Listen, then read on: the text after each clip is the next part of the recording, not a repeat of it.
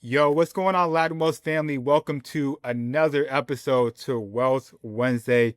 I'm extremely excited about today's conversation because not only is it Jeremiah talking to you guys, Jeremiah and I talking to you guys again, we also have a guest on today's recording, today's episode. And we're going to be diving into a conversation about investing in real estate in Puerto Rico. All right. So with that being said, Jeremiah, how you feeling today? How you doing? Yeah, man. I'm excited about the conversation and anytime that we have someone on, especially that's going to give us game, I'm trying to soak up. I got my notes right here next to us, so I'm trying to write down stuff myself, man. So let's get to it. I love it. For sure, for sure, for sure. So let's introduce our guest, a little bit about our guest. She is a Boricua entrepreneur, founder and CEO of Boricuas Buying Back Puerto Rico. She also has a travel planning business called Real PR Travel. And she's been living on the island of Puerto Rico since about 2017 now, for about a little over 9 years.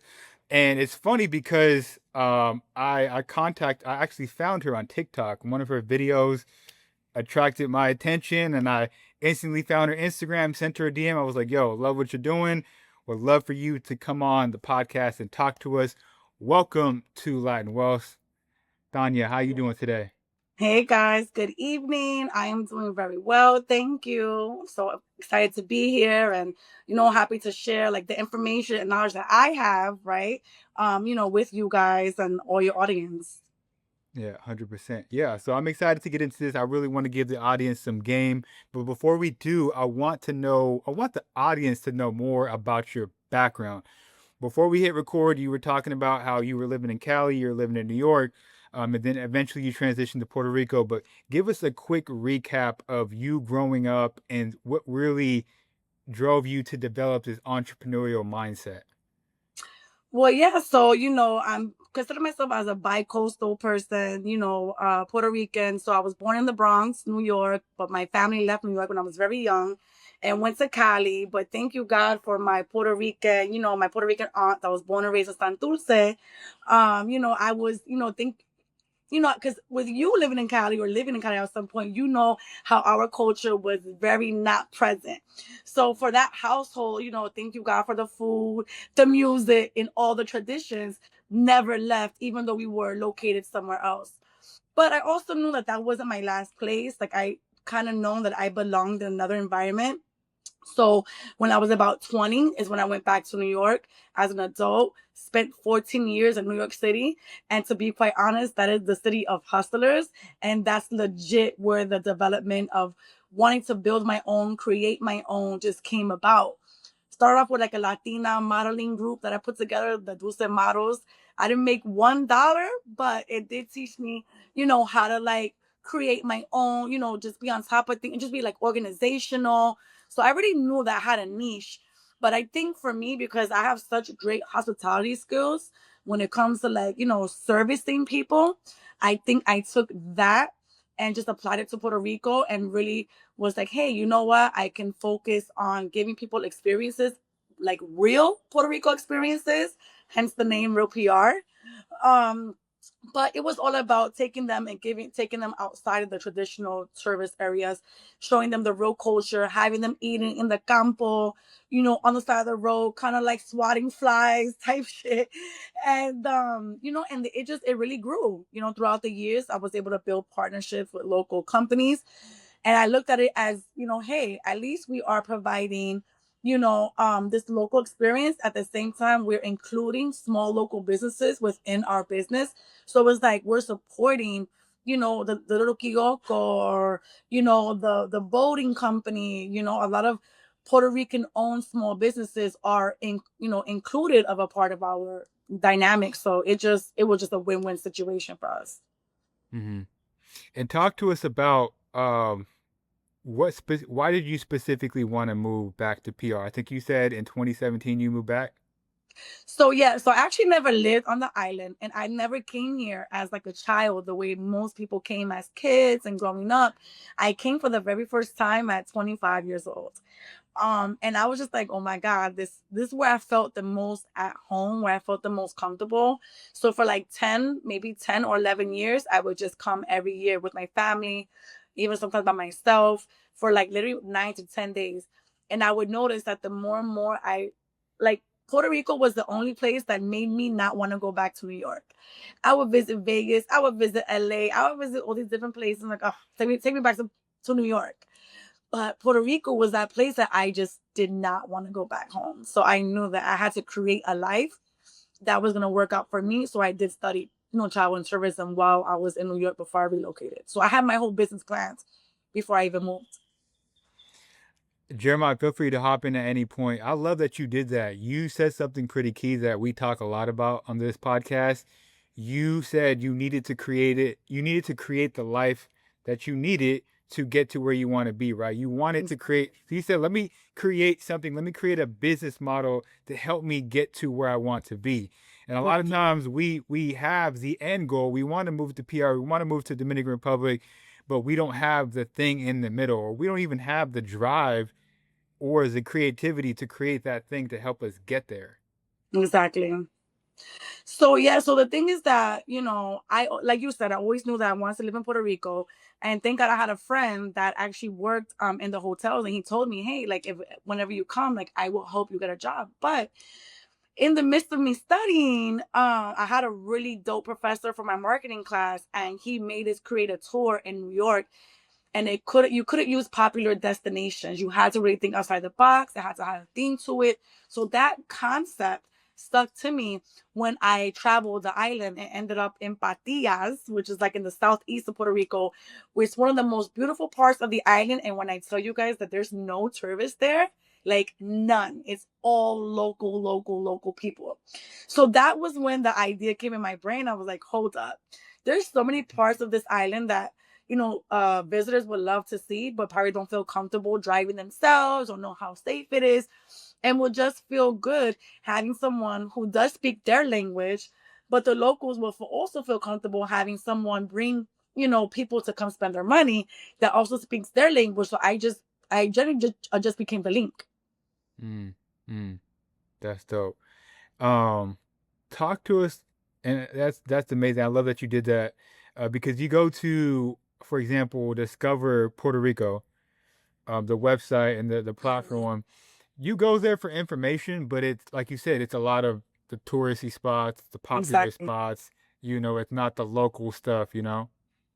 Absolutely. Because to be quite honest, so the Puerto Rico Tourism Company and that SEO, Discover Puerto Rico, they are the people on the board. They're not Puerto Rican, guys. Like, they're just not.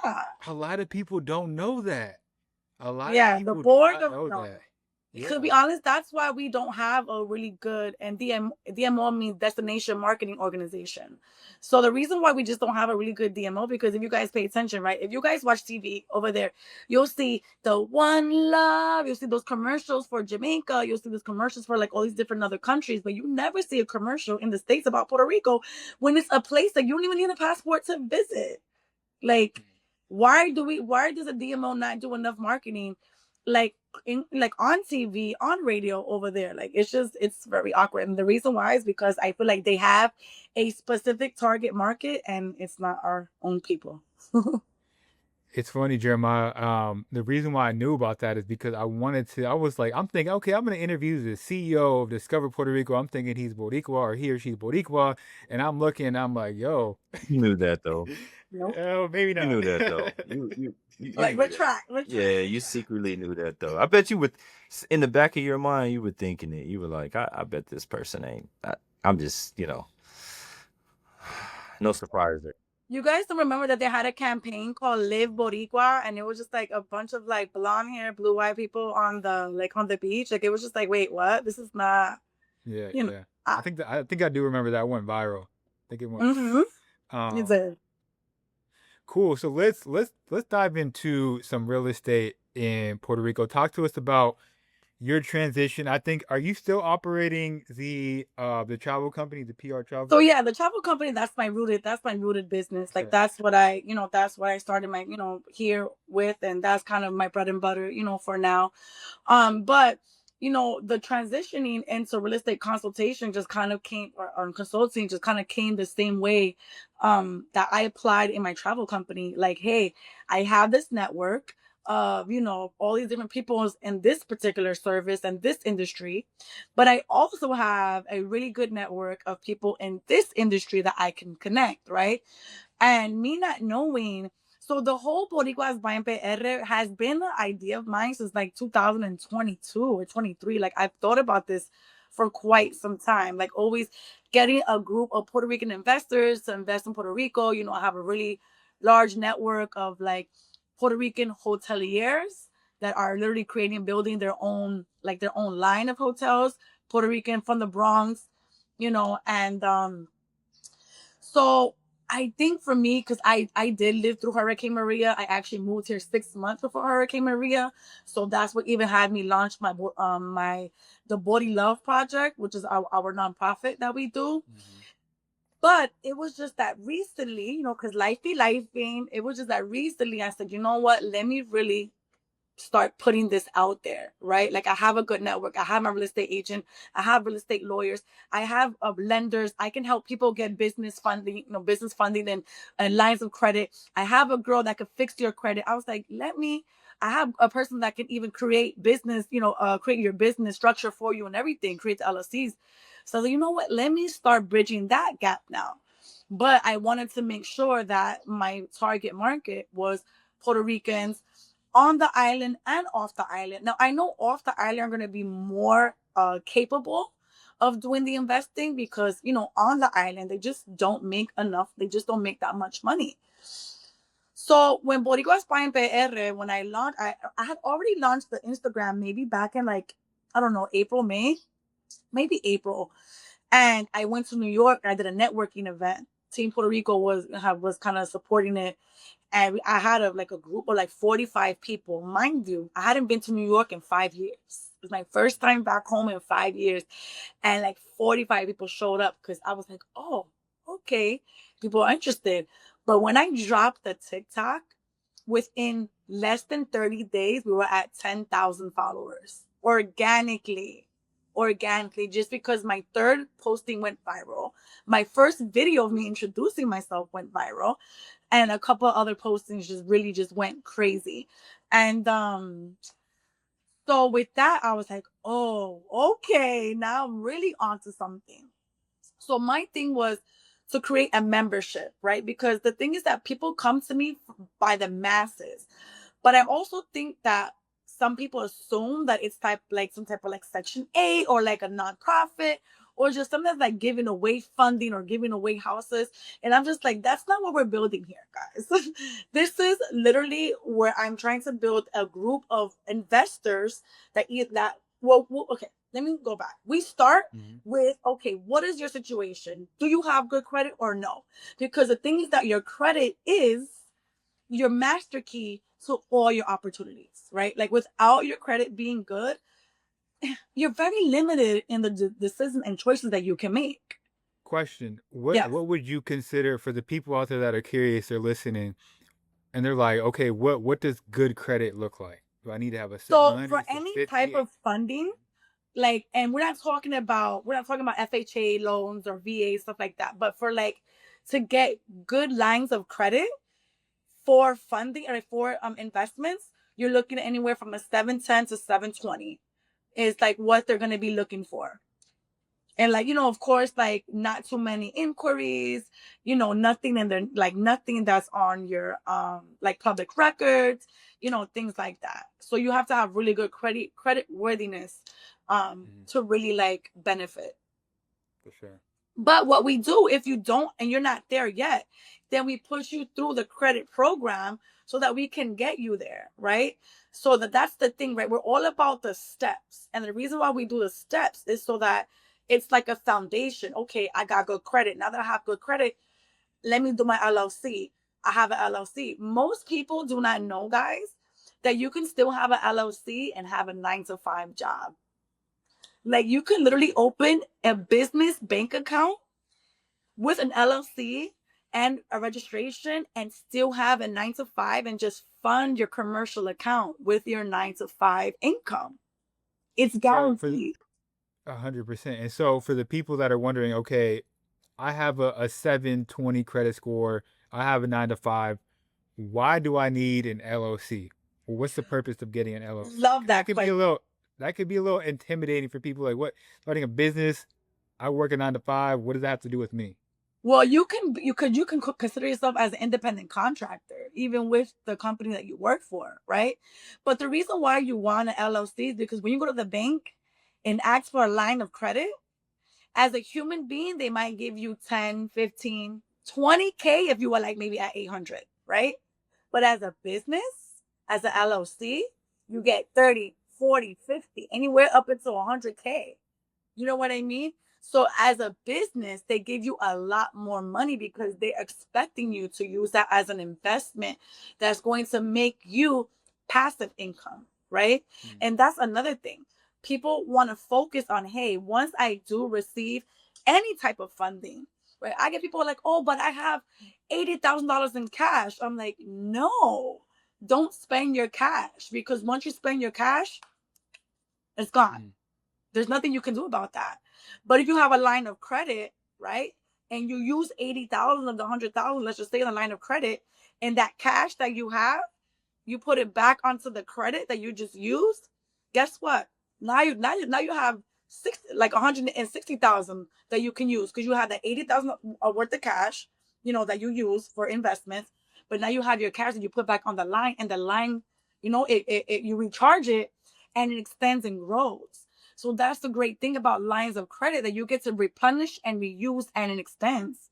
So basically, your investments ultimately become free and unlimited as long as you're investing in things that create passive income. Mm. Any comments, Jeremiah? Any thoughts? Thank you for good information so far. Any thoughts? No, she's killing it. I mean, for me, it's essentially the information that we try to give. But does it make sense to Yeah, you guys? no, 100%, Oh, 100%. 100%. 100%. Yeah. And we like And it's to legal. break it. We like to break it down so for people to understand it step by Of step. course. Because again, like the education, the fear part, I don't know what step to take. I don't know what it looks like. I want to continue breaking it down, but yeah, yeah. It's crazy. And the reason why we like this route, guys, because number one of the major reasons why is because, like I just stated, right? Like as you get to rinse and repeat the cycle because it's lines of credit, it's not cash, and it's also not a 30-year home loan, right? That you're tied to this loan for 30 years and end up paying this crazy amount of interest, right? Way more than what the house was worth, and then on top of that, with the lines of credit, you only pay interest on what you use. But the main reason is because you can liquidate that line of credit because most homes in Puerto Rico are going for cash buyers. Hmm. You also can get a home loan in the States and use it in Puerto Rico. Puerto Rico only has 3 banks, my love. 3. Really, only 3 options. Hmm. So that's why it's always better to have an LOC with your 9 to 5. You can literally call it, Jeremiah Enterprises LLC, and use that. And it's very, very, very legal. Yeah, 100%. Jeremiah, what were you gonna say? You said it was crazy. What? No, I was just saying that it was crazy because we do the same thing. So we tell people, we encourage them, go get the lines of credit, right? And then we utilize the other side, which is the IULs and those insurance policies and stuff, because that's like creating another credit line. So you can do like double, triple leveraging. I'm with her. This is the whole, process that we tell people and make sure that your dollars is earning dollars. So I'm like lined up with her. I love it. 1,000%. And I tell people to diversify their investments Mhm. as Let well, me right? ask you this. So when just real quick, our people may hear the word credit, we may think of credit cards. Break that down. Is it they're literally giving you a $50,000 credit card, or what is it? What is No. that line of credit? So it's a lot. So right, it's a line of credit with the bank. So you actually can get either or you can get both. You can get a credit card, or you will get lines of credit through the bank. And those lines of credit, like I said, they can be liquidated. Okay, Cool. So yeah, it's All right, not so an with that, actual card. It's just a line. And I guess basically what you do is you go to the bank. Hey, I want to use my line of credit to purchase this, right? And they probably either give you, they tell you how to use it without physically having a card. for sure. So I got my credit score, I got my LOC, I got my line of credit. What's the next step? What does it look like after that? So after that is now we start searching for your property, right? Like what is like, do you want to go multifamily? Like once you have all those credentials in order, now it's time to start searching for the property and for the investment that you want, right? Now, my recommendation is never to put all your eggs in one basket. You gotta spread these eggs, right? I tell people to divide those profit, well, not profits, but like that revenue, that money that you're getting, those funds, to divide those funds into multiple, like as Jeremiah said, into multiple investments. Like you said, do a couple of RIAs, do some stock marketing, get a couple of ATM machines, get a couple of vending machines. Matter of fact, buy a few cars and rent them out on Turo. You know what I mean? Like really like diversify.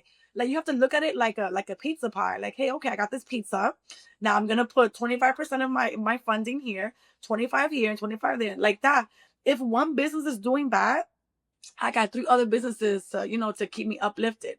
And the more that as they start to bring you money, pay off your lines of credit, extend, and just keep reinvesting, right? Like Puerto Rico has, I tell people all the time, people think that they could come here and find a job the way they do in the States. Guys, there's no jobs in Puerto Rico. There's no jobs here. There's no business. There's very little businesses. We're mostly built on small businesses. So they're not like big companies or tech companies or financial companies. That doesn't exist here. So unless you're coming with a financial plan on investing and starting businesses, you're gonna be back home very soon. And this, I'm just me being transparent.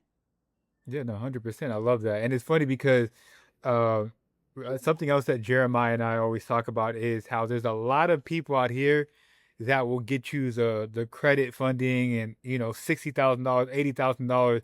But where they kind of do our community wrong is they don't give us, They they gotta don't give our people like where to invest that money. They're just $50,000. We can just do whatever we want with it. There's no plan. There's nothing to execute. There's no way to execute with that money. And I mean, look, it gets us in a lot more trouble than it could help us. So I like that you said, hey, diversify, put it here, put it there, strategize, like, right? Don't put it all in one basket. Go ahead, absolutely. Jeremiah. No, I was gonna say that, when you get the money, Jeremiah, you had a question? no, I was just gonna say when you're coming from, the States, if you're coming from New York, like you said, you have a lot of New Yorkers, they come from Bronx, they come from wherever, right? And you say, hey, I want to go back to Puerto Rico. A lot of people don't understand that and Chris, we talked about it, like, you know, um, when you go back to Puerto Rico, understand if you set up a business, that business is tax.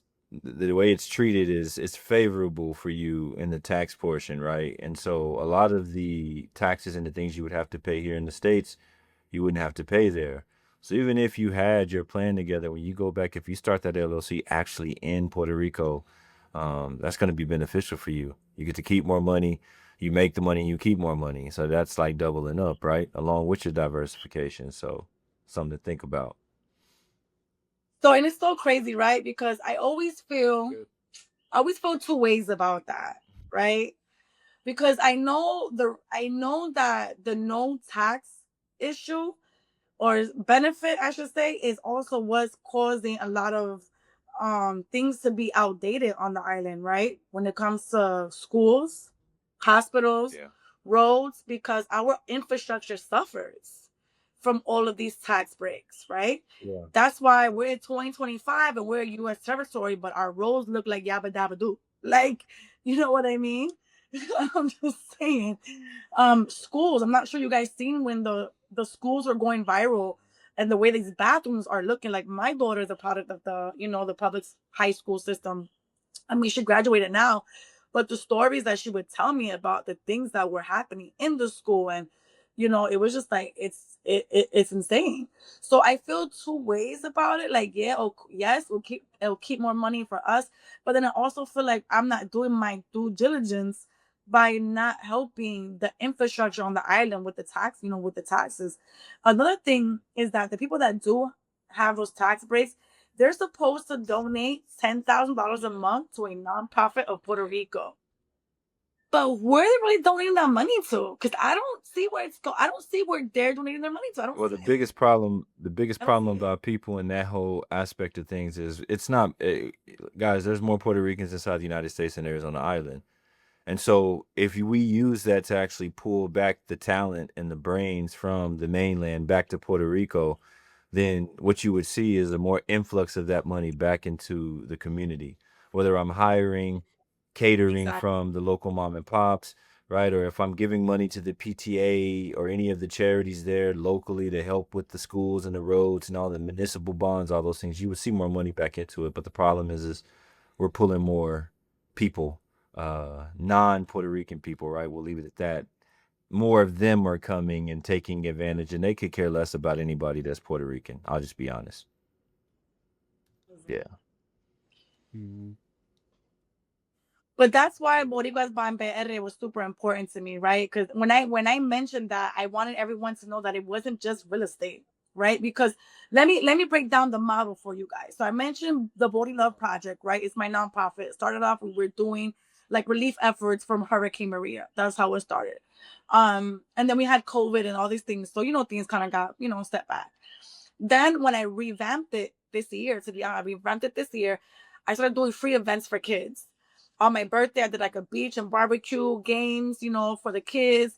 And these are things, guys, that I'm doing with like pretty much with my own dollars. Like I'm getting, donations. I'm not getting money, a lot of it, but I'm getting some, and I, put it towards that. But I also don't have a big team of like volunteers, so I'm the one physically like going to the store, carrying everything, doing the cooking, doing that. I did an Easter event, and I'm doing a books and board game picnic in November. That's my new one.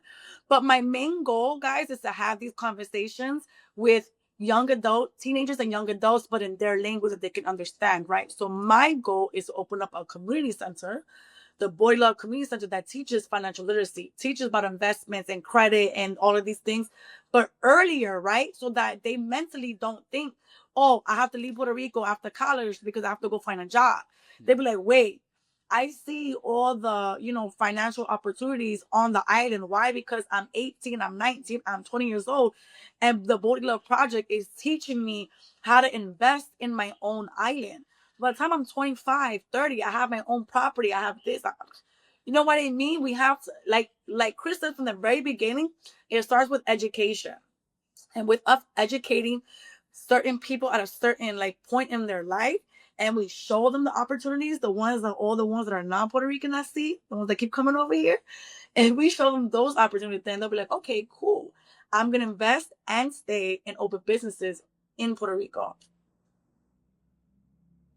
Look, I'm glad we're having this conversation with you because you are exactly the type of people that we envision that we need on the island, need to move back to the island, right? That are doing the groundwork, teaching the youth, teaching our community, and also you care about us. So look, we have these conversations a lot. So this is refreshing to speak to somebody like you. Well, no, it makes me happy, because like I said, so this is the way the model does work. I kind of got off track, but once people become a member, and I'll be very honest, the membership, the sign up fee, we charge $250 for the sign up fee, right? Then it's a $20 a month donation towards the Bori Love Project. Because what I'm gonna do is I'm gonna have, while you're investing and you're making money, you're going to be supporting my nonprofit. You're going to help me. If I'm helping you invest, then you're gonna help me build up the future of the Puerto Ricans to come, right? Mm. So the $20 a month donation, and then the renewal fee is $125 a year to renew the membership.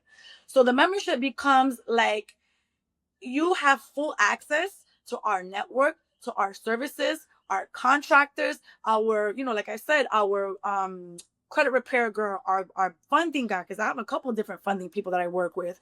And then you just get this full service of helping you and guidance of your investments, whether it's real estate, whether it's the passive income. But let's say, for instance, let's say someone goes through the BBPR system and program, and let's say you purchase a house, we renovate it, and now you're going to resell it. Number one, Mm. there is a clause in our contract that there is no short-term rental models allowed in like under our services. If that clause is broken in any way, shape, or form, then we will take it to the courts, right? Because we can't talk about affordable housing and say short-term rentals in the same sentence. No, I don't care about housing more tourists. There's 25,000 Airbnbs in Puerto Rico, and this island is only but yay big. And it's so crazy, guys, right? Because the model I always had was for us to purchase the abandoned homes or the very distressed homes, renovate them, and either resell them, rent them long term, or even create a rent to own program where we can help, renters become homeowners later, right? We're helping them with their credit during those 2 years. We're helping them with, making their credentials and making them qualifiers to purchase within the 2 years or after the 2 years, right? But it's so weird because the other day I just seen that the mayor of Puerto Rico, or San Juan, is now with the same exact concept. Oh, we're gonna be putting $15 million into renovating abandoned homes to rent them long term. And I'm like, at affordable rates. I'm like, what? Yeah, yeah. Yeah, because I seen you. I wanted you to talk about this. I wanted to get Hey, your thoughts about it. Go ahead. that's been my concept since day one. I want to know who had a conversation with this man that knows me. Okay. Yeah. So I mean, look, you spoke about a lot here. So I really wanted you to talk about this a little bit, but also how you just explained like you're not the biggest fan of Airbnbs. What about if it's another Puerto Rican It doesn't matter. Airbnb? You're still just okay. You being a Puerto Rican owner doesn't doesn't help with the very shortage of long-term rentals. You're adding to the problem, right? Mhm. So my thing is that I prefer, right, for us to have number one, why do we only want one property? For what? We're supposed to be building portfolios over here, right? Everybody there? No, no, I'm here. Okay. Yeah. I'm listening. I'm listening. Okay. So, we're supposed to be building portfolio. So this is the thing, right? I look at the Airbnb market as a very greedy market and a very greedy industry, right? Because before the Airbnb market, the whole world was based on long-term rentals. The whole world. Even New York City was based on real estate and long-term rental. The highest, most expensive real estate. But that's why they keep building buildings yay high and this big apartments. Why? Because the more people that got in there paying that crazy amount of rent every month, they eating, right? Mhm. So my thing is that people want to make, hey, on one property, why would I want to make $1,000 a month when I can make 3,000 if I'm charging $100 a night, right? And there's 30 nights. When I'm like, well, I'd rather make $1,000 a month, but I'm gonna have 5 properties so I can make $5,000 a month. I'm okay with that, right? Yeah. I don't have to worry about turning it over, cleaning it, this, that, because guys, that market is a freaking nightmare. Number two, Yeah. Section 8, baby. I want some Section 8 vouchers. Give them all to me. All right. I want all the Section 8 vouchers. But what do we do with those Section 8 people? Put them through the program, get their credit. We get them off Section 8, and then they later on can become investors and owners too, guys. Like, it just serves us more of a purpose. That's the difference. It is impactful. Short-term rentals are not impactful. Long-term affordable housing, when there's a shortage, I see it every day. Puerto Ricans, like the locals, more so are like, I can't find a place to live. And I'd rather provide more long-term rentals than adding to the short-term rental market. It doesn't, we have 25,000. We don't need more. They don't need more places to stay. They don't. Man, that's good. I love that you broke that down. Um, I love for you to kind of break down actually finding properties, which I know can be a challenge, especially if you're living in the States. A lot of stuff are not on like look, people that are listening, they're probably thinking, yo, I've been on Zillow. I've seen the prices on Zillow. I just, one of these look good. Talk to us about the importance of being there on the island and probably even having a real estate agent there to help you that, speaks English and Spanish to take it even a step further. Talk about those little things, those little nuances that we may not think about. So definitely they do not use the law in Puerto Rico, guys. They just don't. Okay. Out here it's either Clasificados online, or they have points of homes, or Facebook Marketplace. Puerto Ricans love Facebook Marketplace, right? So that's number one. Number two, yes, that's why I made sure that I partnered with a local real estate agent who is bilingual, who actually was a tour guide for me once upon a time and just happened to go into the real estate industry and just, ended up being a great asset to the Boricuas Buying PR movement. Um, but also the best deals that you're gonna find is driving in your car, driving around looking for those for sale signs and quoting the numbers on there. And to be quite honest, the ones that don't have a real estate agent, the ones that you're actually just dealing with the owner of the home directly. Listen, I recently found a deal in Arecibo. It was 3 units for $80,000. Did it need work? Absolutely. Even if I put 100, even if I put 100,000, let's just say put 100,000, right? In 3 units, I have $180,000. That I bought 3 units for, right? So it's just like out here, you get more the more buck for your money, or bang for your buck, I should say, For sure. when you focus on renovated properties, because there's so many. And even the ones that are abandoned and have the inheritance issues and stuff like that, like we have lawyers that can assist with that. But I made it very clear, because I don't want to sell people dreams, right? Like I want to be very transparent. There might be properties that may never be obtainable because they have so many inherency issues, or or they're so deep in the crim and behind in taxes. But there's still 300,000 abandoned properties, and there's still a bunch. You know what I do? I go on Clasificados online and I look for multifamilies, $100,000 or less, and then they really populate. I'm like, dude, there's multifamilies out here for under $100,000. Are they turnkey? No, but the fact that you can, invest and renovate it and still make your money back. So you can do flipping, you can do long-term rentals, or you can do a rental own program with the long-term rentals. But anything that any member that again comes to our program, if you resell, then we do require, like if you do like a flip and you make a $40,000 profit, then we do require like a $3,000 donation towards the Bori Love Project, right? So like I said, everything that we do with assisting with everyone getting their investments is like, okay, you're gonna make your money, you're gonna invest, you're gonna make your money, but you're also gonna make impact. And for me, that is the number one thing that people seem to forget. They just think about the money. They forget about the impact part. So Mhm. Yeah, no, I love that. Beautiful. I mean, look, impact is something that we talk a lot about on this platform, and that's what keeps us going. That's what keeps us consistent.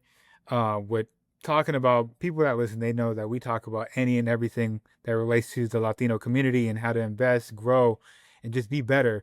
And I think that's super important. A lot of people lose sight of that. They think of, look, I know a couple Boricuas that have Airbnbs and on the island, right? And I don't think they're thinking about the impact portion that you're speaking about, right?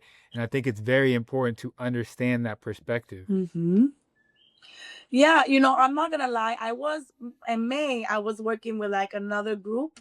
I'm not gonna, Mhm. I'm not gonna throw no shade, but I was working with another group, and they were very strong about that. Like, oh, because it's Puerto Rican owned, and we're gonna create jobs. I'm like, what kind of jobs? Oh, cleaning and property management. And in my head, I'm like, so you're gonna?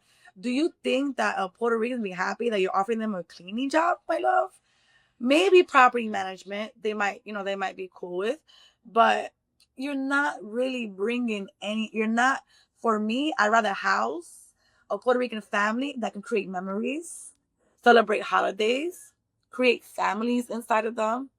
It's more like I mean, the only way I can use it is impactful. That's it. Yeah, yeah, you for know sure, 100%. Um, I know Jeremiah, you were in and out a little bit. Did you have any questions before we start to wrap this thing up, bro? he got that claro Wi-Fi. He got that claro. That's never claro. Claro was What never you like claro that? ever. It might be Claro.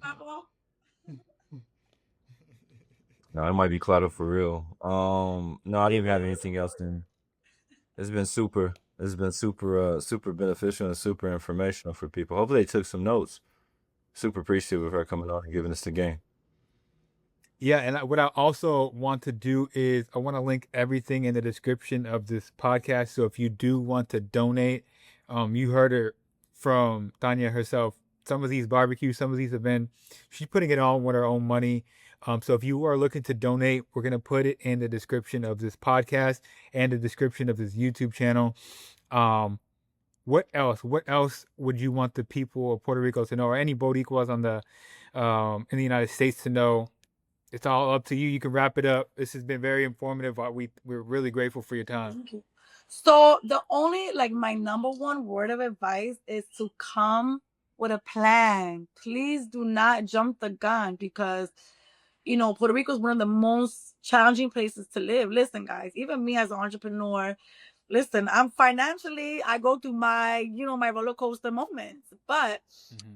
every day I wake up and every day, listen, I could be with a negative in my account, but best believe I am on, and it's like every day is a new day for me. So I'm jumping on. I'm posting every day. I'm consistently productive and consistent. So my thing is that come with a plan. And if you need help with that plan, we're here, right? We want to help guide you. Can I be honest? That's why my fees are not even that expensive. That's why that's why I kept everything very affordable because this for me, this is not a get rich model.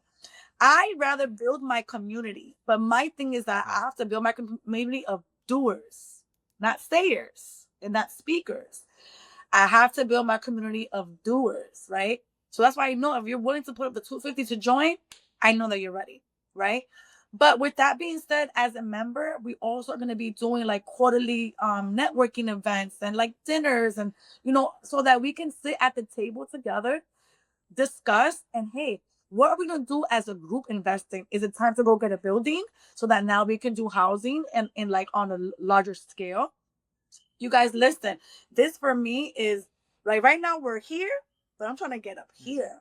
But I'm trying to bring my circle of people with me that have the similar vision, the similar work ethic, and just want to create that impact.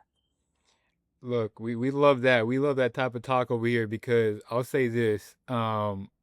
We our community, we love to talk about things. We love to talk and talk and talk. But like you said, there's not a whole lot of action doers, right?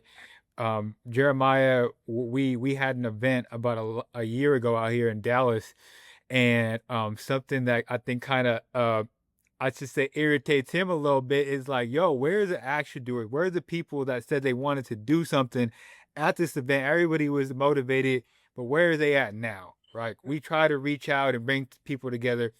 I say all that to say, if you are listening, like connect with people, dispel those fears so you can take those steps and you can be an action doer and you can come out on the other side of this, doing the things and having the things that you deserve.